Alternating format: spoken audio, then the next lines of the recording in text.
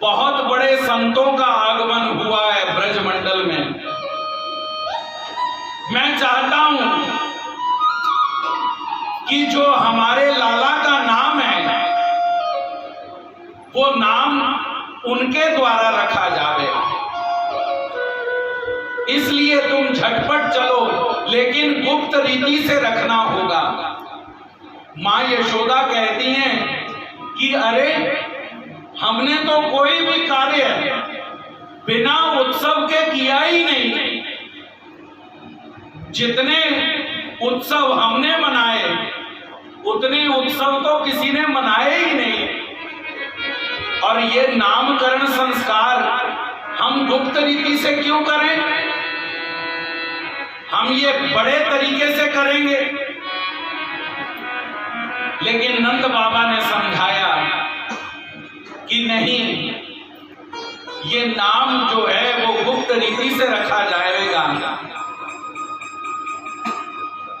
अब माता यशोदा जो हैं और रोहिणी जो हैं वो कहती हैं कि नंद बाबा भोले हैं, किसी को भी बड़ा समझ लेते हैं, क्योंकि अब तक मां यशोदा को हाथ लग गए। पूतना, शक्तासुर और तृणाव्रत नाम के इतने बड़े बड़े दैत्य आ गए। उन दैत्यों को भगवान ने उनका उद्धार कर दिया। लेकिन मां यशोदा जो हैं वो घबराई नहीं। मां यशोदा कहती हैं कि मैं इस तरह से हम कैसे जाने कि ये त्रिकालदर्शी संत हैं, हम इनकी परीक्षा लेंगे। सो क्या किया, मां यशोदा ने अपना बालक भगवान श्री कृष्ण को रोहिणी की गोद में दे दिया और रोहिणी के जो पुत्र हैं बलराम, उन्हें अपनी गोदी में ले लिया। कहा कि अगर त्रिकालदर्शी संत होंगे तो अपने आप पहचान जाएंगे, अगर नहीं होंगे तो फिर पकड़े जाएंगे। और इस तरह से गौशाला में यशोदा बलराम जी को और रोहिणी भगवान श्री कृष्ण को अपनी गोदी में उठा करके लेकर के आते हैं। गर्गाचार्य जी ने जिस समय भगवान श्री कृष्ण को देखा कि रोहिणी की गोद में भगवान श्री कृष्ण हैं, और जैसे ही भगवान को अपने नेत्रों से देखा तो गर्गाचार्य जी की त्राटक समाधि लग गई जी।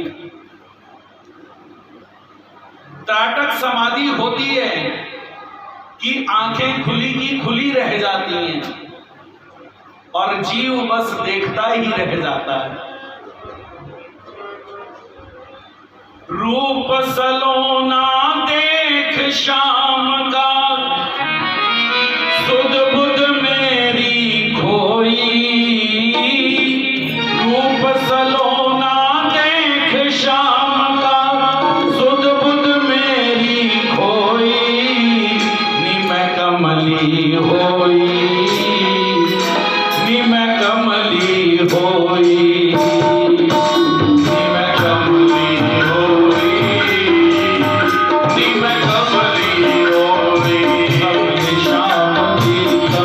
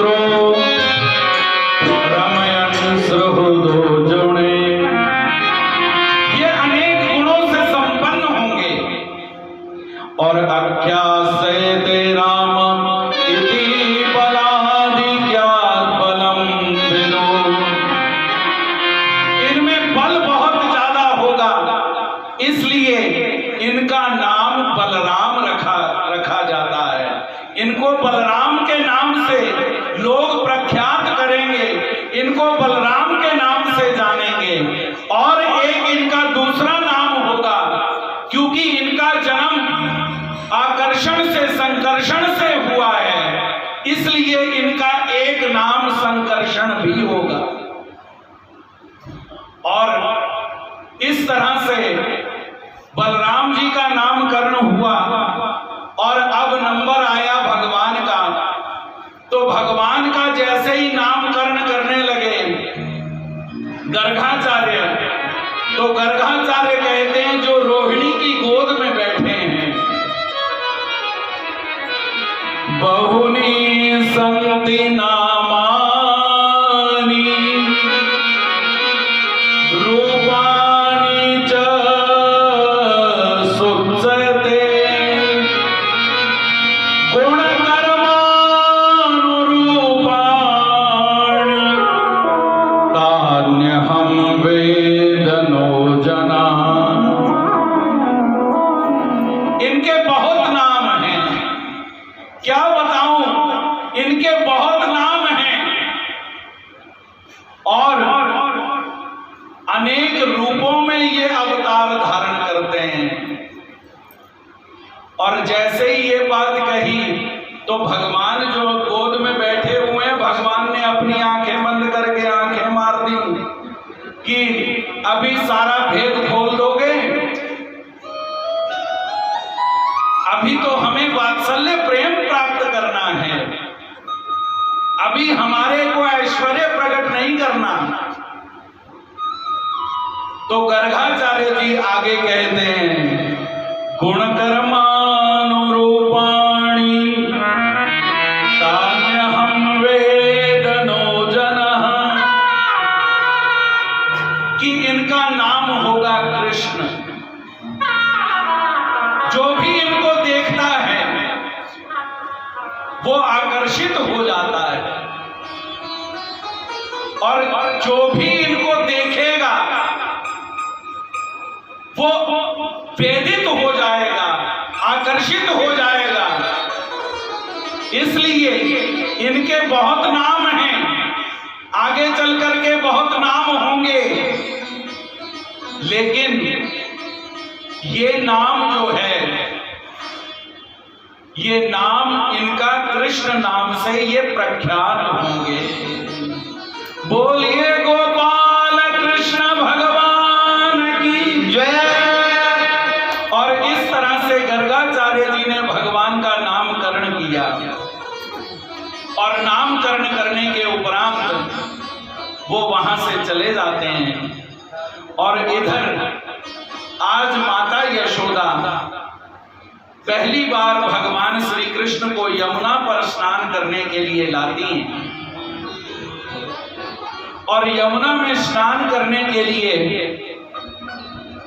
मां यशोदा जैसे ही यमुना में प्रवेश पाने लगी और भगवान श्री कृष्ण को नीचे रख करके मां यशोदा स्नान करने के लिए चली जाती हैं।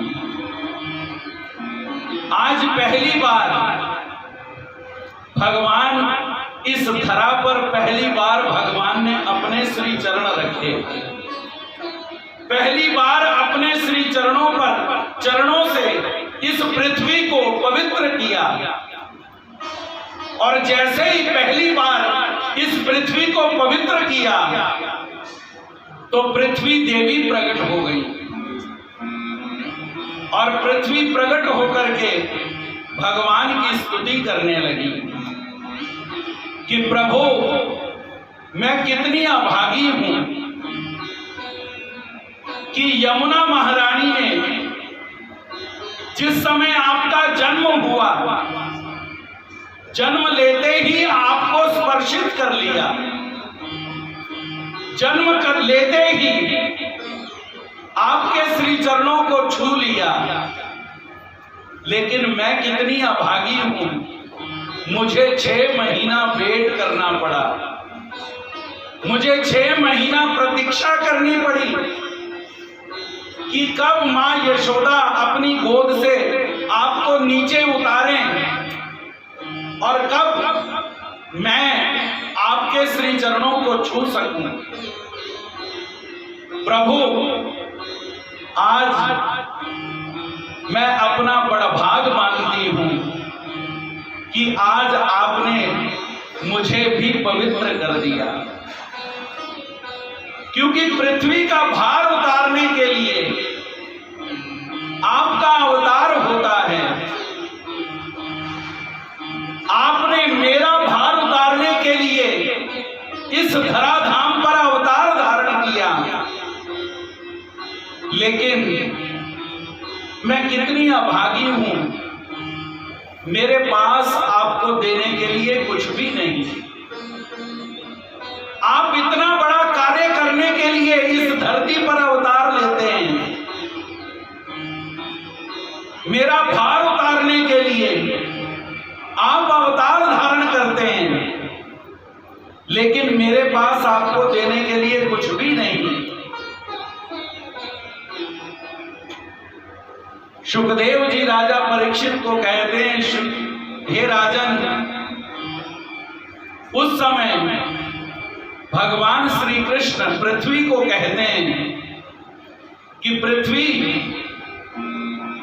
तुम्हारे पास कुछ भी नहीं है ऐसा मत कहो, क्योंकि सभी चीजें तुमसे ही उत्पन्न होती हैं। तुम सब चीजें तुम्हारे से ही तो पैदा होती हैं, और तुमसे जो पैदा होने वाली चीजें हैं वो सभी उपयोग में ही तो जाती हैं। लेकिन चलो फिर भी तुम्हारे पास की जो मट्टी है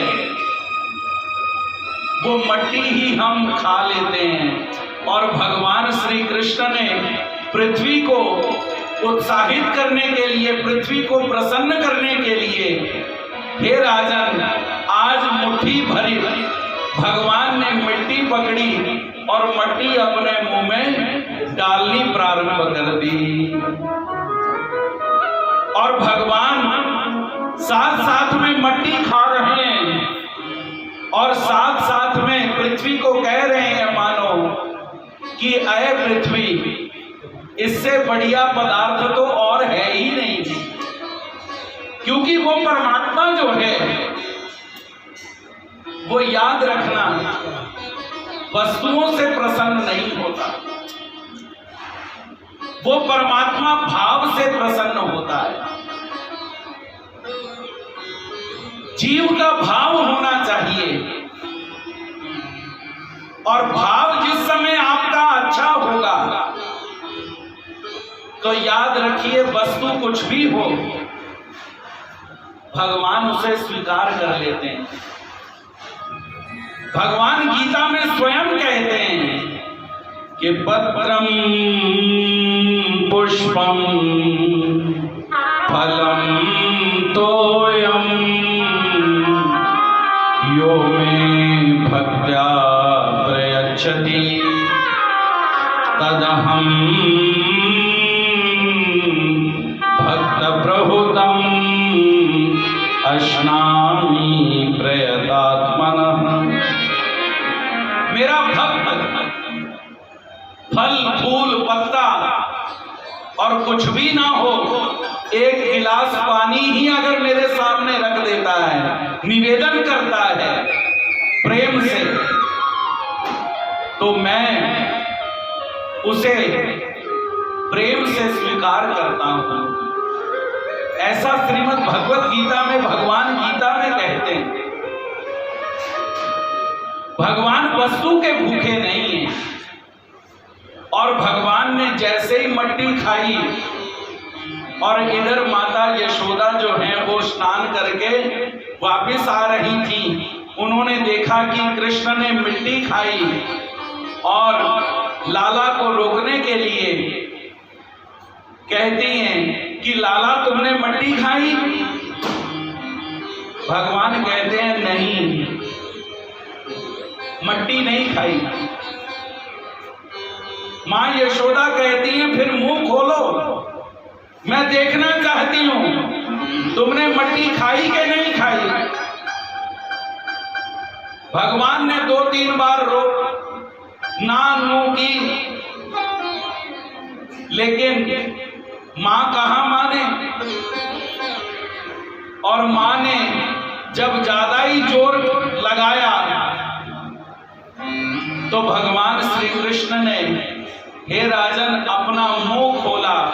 और जैसे ही मुंह खोला तो मां यशोदा क्या देखती हैं कि भगवान श्री कृष्ण के मुखमंडल के भीतर अनंत ब्राह्मण जो हैं वो घूम रहे हैं। अनंत ब्राह्मणों को देखा और अनंत ब्राह्मणों के बीच में ब्रजमंडल को देखा, ब्रजमंडल में स्वयं को देखा और स्वयं को देख करके भगवान को भी उसके बीच में देखा। अब जैसे ही मां यशोदा ने ये देखा तो मां यशोदा ने तो अपने मस्तक पर हाथ रख लिया कि अरे, मेरे बालक के मुंह में ये गोले क्या घूम रहे हैं। भगवान ज्ञान करवाते हैं कि मैं ईश्वर हूं, तुम्हारे घर में मेरा जन्म हुआ है, अवतार हुआ है। मैं अपनी लीला माधुर्यता यहां पर फैलाने के लिए और जीव उद्धार कर सके अपना, इसलिए इस धराधाम पर अवतरित हुआ हूं। भगवान ने ज्ञान करवाया और थोड़ी देर में योग माया के माध्यम से मां यशोदा जो है वो ज्ञान भूल गई और मां यशोदा फिर से भगवान को अपना बालक ही समझने लगी, क्योंकि भगवान अभी नहीं चाहते कि मैं अपना ऐश्वर्य प्रकट करूं। क्योंकि जब भगवान को हम भगवान मान लेते हैं ना, तो भगवान हमारे घर में कहां रहते हैं पता है? मैंने देखा अक्सर लोगों के घर में भगवान के जो देव घर बनाए जाते हैं वो या तो सीढ़ियों के नीचे बनाए जाते हैं या अलमारी के बीच में छोटा सा एक कोना रख दिया जाता है और कहा जाता है कि ये भगवान के लिए सफिशिएंट है, बहुत है। और अपने बेटा के लिए हम रूम बनाते हैं जी, बनाते हैं कि नहीं? अपने बेटा के लिए हम कमरा बनाते हैं अलग से, चाहे जगह हो या ना हो, लेकिन फिर भी हम इंजीनियर को कहते हैं कि नहीं, एक कमरा ज्यादा होना चाहिए, इसमें हमारा बालक सोएगा। लेकिन भगवान के लिए तो कोई बात नहीं जी, भगवान तो कहीं भी रह लेते हैं।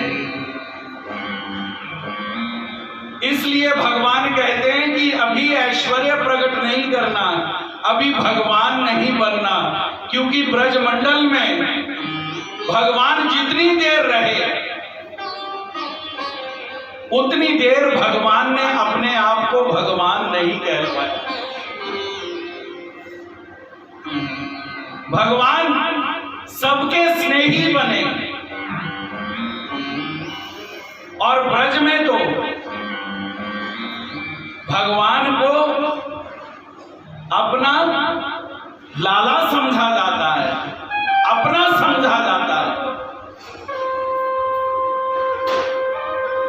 और जब तक हम अपना नहीं समझेंगे तब तक हम भगवान के लिए रूम नहीं बना सकते, तब तक हम भगवान के लिए कमरा नहीं बना सकते। और इसलिए योग माया ने थोड़ी देर में ही वो जो ज्ञान भगवान ने करवाया था वो ज्ञान मां यशोदा भूल गई। और सुखदेव जी कहते हैं, राजन, एक दिन क्या हुआ कि मां यशोदा जो है वो दही मथ रही थी और मथते मथते भगवान आ गए और भगवान कहने लगे कि मुझे खाना दो, मुझे भूख लगी है। और इधर मां यशोदा आज काम में बिजी हैं, क्योंकि नंद बाबा के यहां कितनी गायें हैं? 2.5 लाख गायें हैं। और इतनी गायों का दूध, मक्खन और मक्खन से घी बनाना वो सभी मां यशोदा और सहचरियां करती हैं। मां यशोदा आज बिजी हैं थोड़ी। भगवान कहते हैं मुझे भूख लगी है, खाने के लिए दो। और उधर चूल्हे पर दूध रखा हुआ है गर्म होने के लिए, और दूध उधर उबलने लगा। तो मां यशोदा ने भगवान श्री कृष्ण की तरफ ध्यान न देते हुए क्या किया? वो दूध की तरफ भागी कि कहीं दूध उबल ना जाए। भगवान ने देखा और भगवान कहते हैं मन ही मन में कि हमारे से ज्यादा मां यशोदा को दूध प्रिय हो गया। हमें छोड़ करके मां यशोदा दूध की तरफ भाग गई। सो राजन, भगवान के पास एक लकड़ी पड़ी हुई थी। उस लकड़ी से भगवान ने क्या किया? वो जो मटकी थी, जिस मटकी में मां दही मथ रही थी, वो मटकी फोड़ डाली और सारा दूध फैल गया। इधर माता यशोदा ने देखा कि मटकी जो है वो कान्हा ने फोड़ डाली। माता क्रोधित हुई और क्रोध में आकर के माता कहती है कि मैं तुम्हें बांध दूंगी। लेकिन उखल से जैसे ही बांधने लगी तो रस्सी जो है वो 2 उंगली छोटी रह जाती है। रस्सी और जोड़ती है, बांधने लगी, रस्सी फिर 2 उंगली छोटी रह जाती है। भगवान बंधे कैसे? उखड़ा सी बांधता ना यशोदे सीना कड़ा में बांधू न को गाई दुख दिल हाथ कवड़े बांधो निघे स्वतः जो बांधो निघे स्वतः जो कही बंध मोक्त सकड़ा निकाय वर्णो पामर जिथे शेष तो ही श्रमला कैसी अगम्य लीला तुम जी हो नंद लाला निकाय वर्णो पामर जिथे शेष तो ही श्रमला। आज उखल से भगवान को बांधने का प्रयास कर रही है मां यशोदा, लेकिन नहीं जानती कि ये भगवान तो सभी को बंधनों से मुक्त करने वाले हैं। ये बंधन में कैसे आवे? प्रत्येक बार 2 उंगली छोटी रह जाती है रस्सी, और आखिर में मां यशोदा हार गई। और हार करके मां यशोदा कहती हैं कि अरे कृष्ण, मैं थक गई, तुम्हें बांधने का प्रयास करती हूं, लेकिन तुम बंधते ही नहीं हो। भगवान मुस्कुराने लगे और मुस्कुराते हुए भगवान मां यशोदा को कहते हैं कि माता, क्या तुम चाहती हो हम बंध जाएं? मां कहती है हाँ, मैं चाहती हूं कि तुम बंध जाओ। तो भगवान कहते हैं तुम्हारे बांधने से हम नहीं बंधेंगे, हम खुद ही अपने आप को बांध लेते हैं। तो भगवान ने रस्सी पकड़ी और स्वयं को उखल से बांध लिया। सुखदेव जी को राजा परीक्षित कहते हैं कि गुरु जी, वो परमात्मा जो बंधनों से मुक्त करने वाला है, वो परमात्मा बंधनों में आ कैसे गया, बंधन में आ कैसे गया?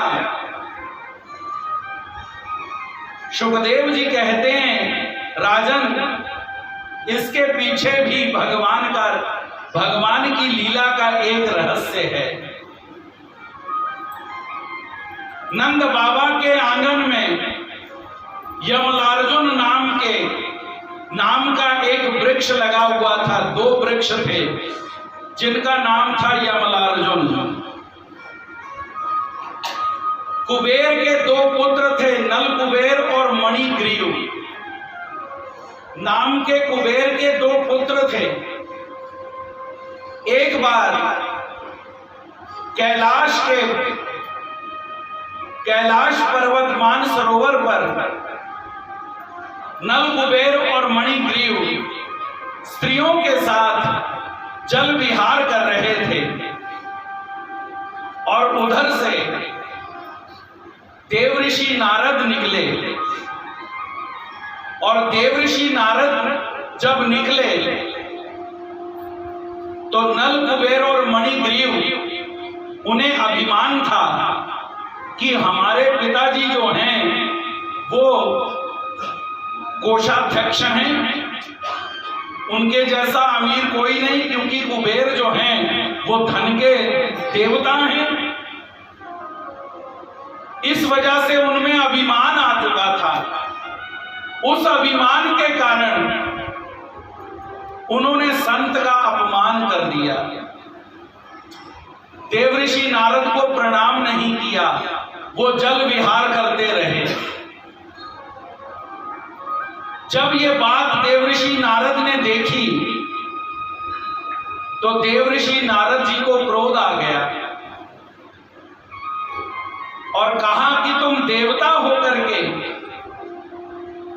तुम्हारे में इतना अभिमान, और जाओ मैं तुम्हें श्राप देता हूं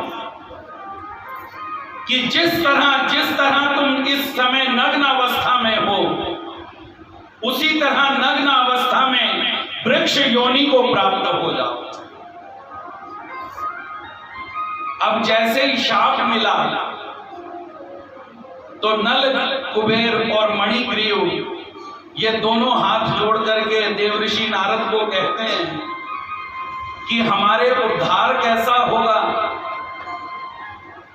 और नारद जी ने कह दिया कि जाओ, फिर द्वापर के अंत में जब भगवान अवतार लेंगे